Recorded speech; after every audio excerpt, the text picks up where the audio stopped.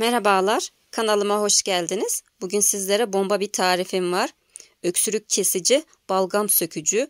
Böyle gerçekten bomba bir tarif. Mutlaka deneyin eğer öksürüğünüz kesilmiyorsa. Kalanını da dolapta saklayıp sonra tüketebilirsiniz. Tarife geçiyorum.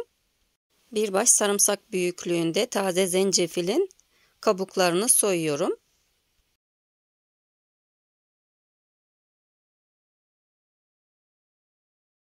Zencefilin kabuklarını soyduktan sonra güzelce yıkıyorum.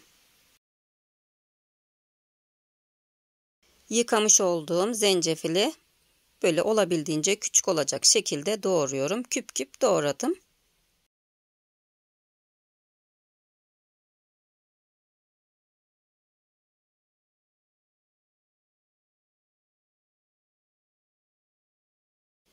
Doğramış olduğum zencefilleri bir kavanozun içerisine alıyorum.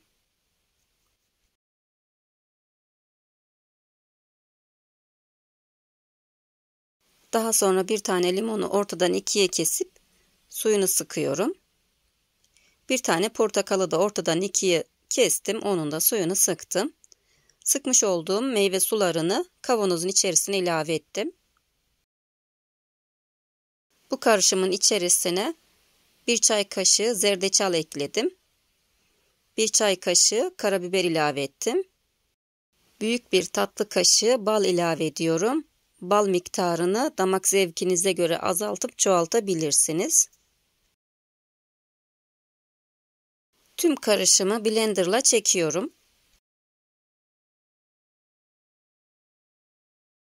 İçerisinde zencefil taneleri kalmayacak şekilde blenderdan geçirdim.